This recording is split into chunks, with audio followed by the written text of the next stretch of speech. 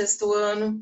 Tudo bem com vocês? Eu sou a professora Priscila e a nossa aula será sobre a origem e a formação da atmosfera. Nós vamos conhecer cada uma das camadas da atmosfera e as funções que interfere diretamente na nossa vida.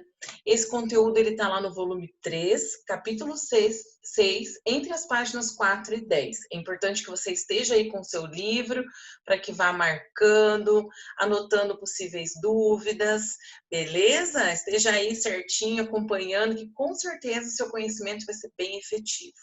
Partiu? Então, origem da atmosfera.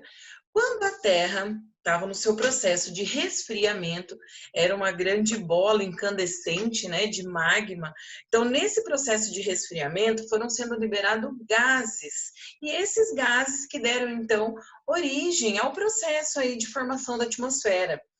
Com o tempo, vapor de água também estava sendo liberado junto nesse processo de resfriamento, que deu origem a fortes chuvas. Antes disso, nós tínhamos então a atmosfera primitiva, que não tinha a presença de oxigênio, era basicamente formada por metano e dióxido de carbono. Com essa chuva, então, que formou, deu origem a seres vivos que fazem o processo, que realizavam o processo de fotossíntese, desculpa.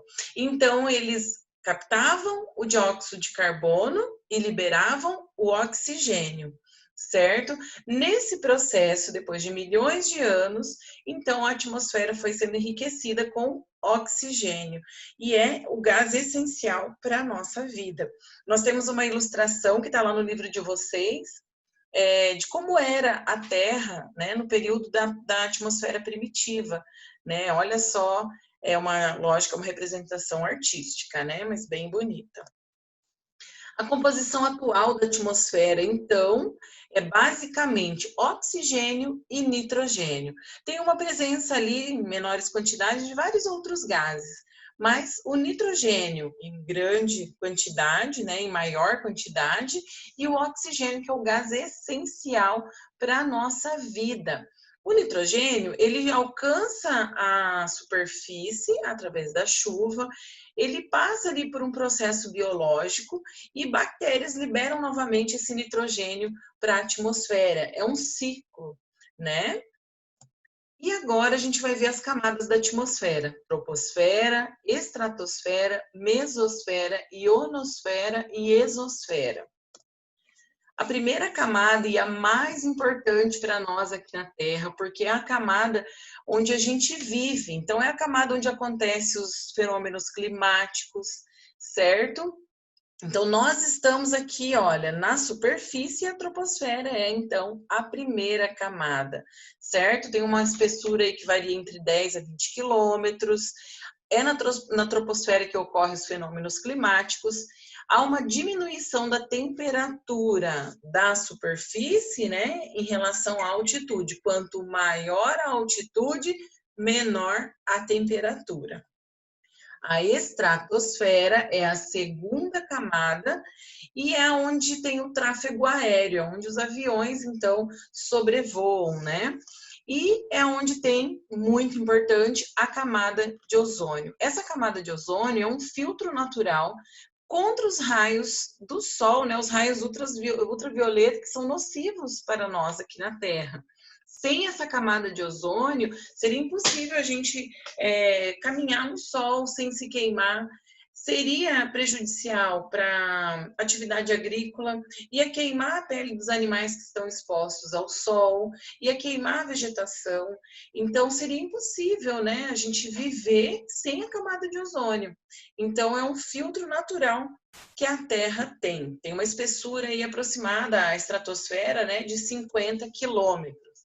A mesosfera já é uma camada intermediária com temperaturas super baixas. Ela tem aí aproximadamente 90 graus negativos, certo?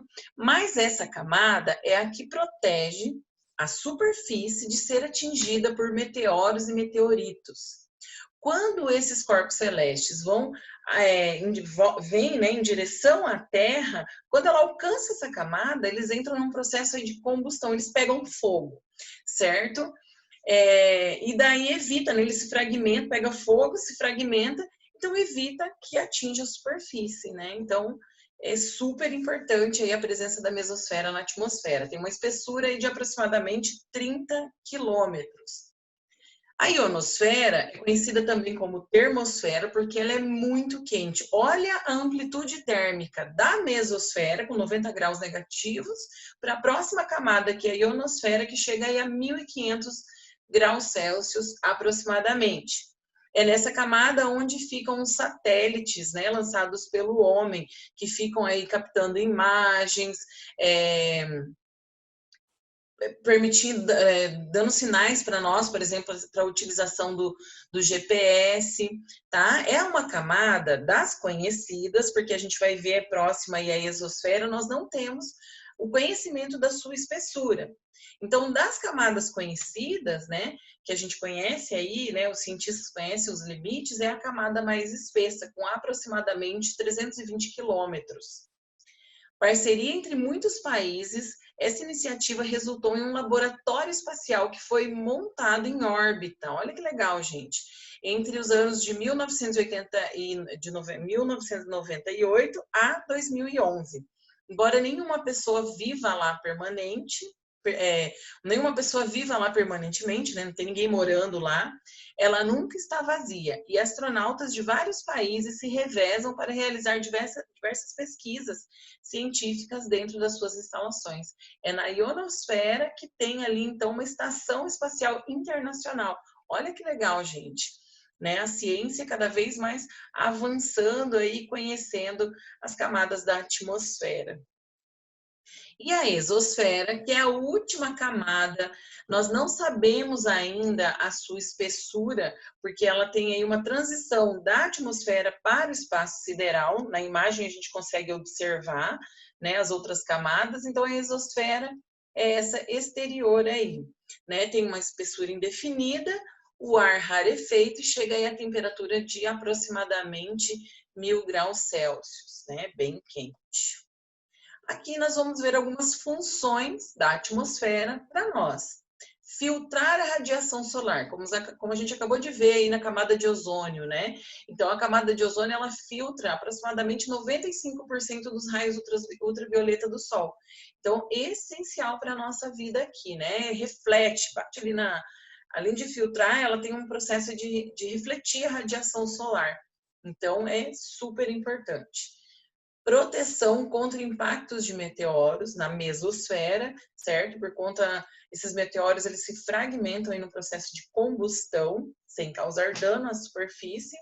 Manutenção das temperaturas médias por conta da presença de vapor de água.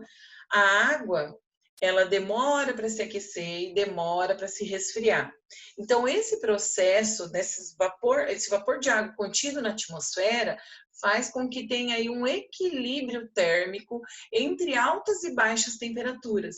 Evita que a gente tenha aí uma mudança de temperatura muito brusca na atmosfera, certo? E que influencia diretamente a nossa vida aqui. Então, ela aquece lentamente, resfria lentamente. É como diz aqui, olha, cadê as amplitudes? Impede, né, as amplitudes térmicas extremas no planeta. O efeito estufa, que muitas pessoas pensam que o efeito estufa em si é um problema climático, e não é. O efeito estufa é um fenômeno natural e necessário para o equilíbrio térmico do planeta. É o dióxido de carbono, então, que segura e mantém a Terra aquecida, para que todos os processos biológicos possam ser realizados e também para que a gente não seja congelado aqui, né? A temperatura aqui na Terra seria muito baixa se não fosse o efeito estufa, então que permanece aí o calor suficiente na Terra. Qual é o problema do efeito estufa? Quando camadas de poluentes muito densa impede que o excesso de calor saia e dissipe no espaço. Aí esse calor fica retido na superfície, que dá origem a o que a gente chama realmente, aí sim, um problema climático, que é o aquecimento global, certo? Agora, melhor hora, tarefas. Então, olha só, você vai fazer lá no seu livro didático, a página 7, organize as ideias. Na página 11, seção atividades. e na página 5 do seu livro de atividade, exercícios 2 e 3. Depois, no próxima aula, a gente vai fazer a correção desses exercícios. Faça com bastante atenção e dedicação, que com certeza aí o aprendizado vai ser bem legal. Falou, galera? Até a próxima!